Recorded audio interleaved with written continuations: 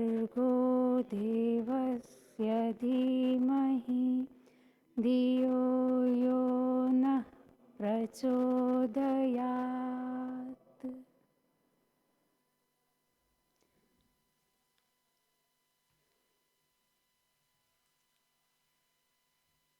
हमारे इस सम्मेलन में सबसे प्रथम हमारा जो चर्चा का विषय था, ईश्वर के प्रति किए अपराध को वह क्षमा करता है या नहीं। इस पर दो वक्ताओं ने अपने बातें रखी थी। प्रथम वक्ता थे ब्रह्मचार्य आचार्य शिवनाथ आर्य जी और दूसरे वक्ता थे मुनि सत्यजीत जी। तो वक्ताओं ने जो अपने वक्तव्य रखे हैं, प्रमाण रखे हैं, उसका जो एक आधार लेकर के दोनों वक्ताओं ने जो बात कही थी, दोनों वक्ताओं का आधार जो था कर्माशय से संबंधित, क्योंकि ये विषय थोड़ा कर्माशय के साथ जुड़ा हुआ है। तो ये इसमें दोनों वक्ता एक मत है कि हमारे जीवन में जो सुख दुख हमको मिलते हैं वो सब कुछ कर्म का ही फल हो, ऐसा नहीं है। कर्म के फल के साथ साथ परिणाम भी हो सकता है, प्रभाव भी हो सकता है और अन्याय भी हो सकता है। तो ये इस आधार भूमि पर ही ये चर्चा चली थी और हम निर्णय भी उसी पृष्ठभूमि को रखते हुए सुनाने, जो भी हमारी समीक्षा है वो उसी पृष्ठभूमि को ध्यान में रखते हुए हैं।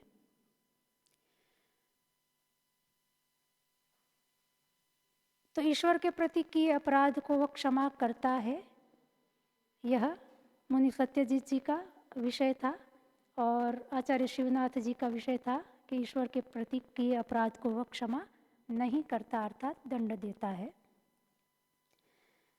मुनि सत्यजीत जी ने अपने पक्ष के लिए जो प्रमाण रखा था, मुख्य प्रमाण था सहो असि सहो मयि देहि की, जो सत्यार्थ प्रकाश में महर्षि स्वामी दयानंद जी ने व्याख्या की है कि आप निंदा स्तुति और स्व अपराधियों का सहन करने वाले हैं। तो स्व अपराधियों का सहन करने वाले हैं, यहाँ पर सहन करना, इसका अर्थ मुनि जी का था कि क्षमा करना अर्थात प्रतिक्रिया न देना। इसी पंक्ति का अर्थ आचार्य शिवनाथ जी का, उनका कहना है कि स्व अपराधियों का सहन करने वाला है, अर्थात कोई विकार उसमें नहीं आता है। शिवनाथ जी के जो शब्द हैं कि कोई विकार उनमें नहीं आता। विकार न आने का मतलब है कि प्रतिक्रिया नहीं करता। तो उसमें कोई दो वक्ताओं के मंतव्य में कोई भेद हो ऐसा प्रतीत नहीं हो रहा। दोनों वक्ता सहन न करना का अर्थ यही ले रहे हैं। और स्व अपराधियों, तो स्व अपराधी, ईश्वर के अपराधी कौन है? तो उसमें चर्चा के दौरान जो स्पष्टता से आया कि नास्तिक जो है वो स्व अपराधी के अंतर्गत हैं। और नास्तिक का फिर आचार्य शिवनाथ जी ने न्याय दर्शन के जो 10 शुभ और 10 अशुभ प्रवृत्तियों में नास्तिक्य को जो मानसिक कर्म कहा है, वो मानसिक कर्म जो नास्तिक्य के रूप में लिया हुआ है उसको सहन करने वाला है, अर्थात जो ईश्वर को नहीं मानता मन से।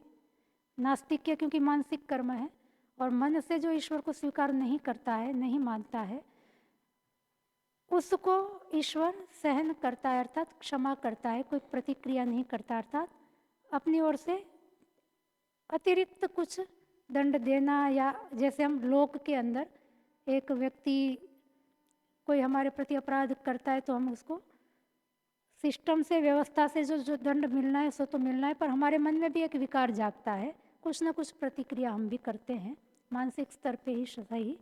उस रूप में भी ईश्वर की कोई प्रतिक्रिया नहीं होती है। तो उसमें दोनों वक्ताओं में कोई भेद हमको प्रतीत नहीं हुआ है।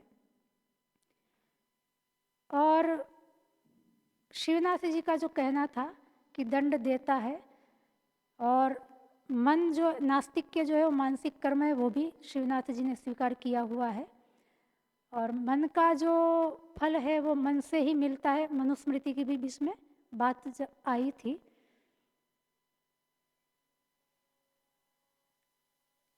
तो यदि फिर उस पर जो मुनि जी ने भी प्रश्न किया था और उसमें कि नास्तिक्य का यदि मानसिक जो भी फल है उसको दंड मानेंगे तो क्या मानसिक जो अशुभ प्रवृत्ति है, पर द्रव्य अभिप्सा, वहाँ पर भी आप दंड व्यवस्था को स्वीकार करेंगे तो वहाँ पर फिर आचार्य शिवनाथ जी ने कहा था कि अभी मैंने उसके ऊपर ज़्यादा चिंतन नहीं किया है। इस तरह से उन्होंने एक तरह से अपने पक्ष को छोड़ा हुआ था कि इस पे मैं ज़्यादा चिंतन नहीं कर पाया हूँ।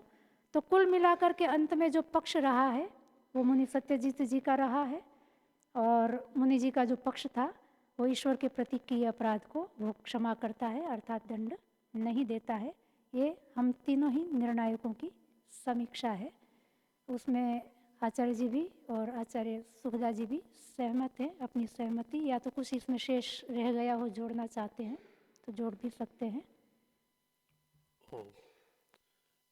मैं इसी निर्णय से सहमत हूँ। मैं भी निर्णय से सहमत हूँ।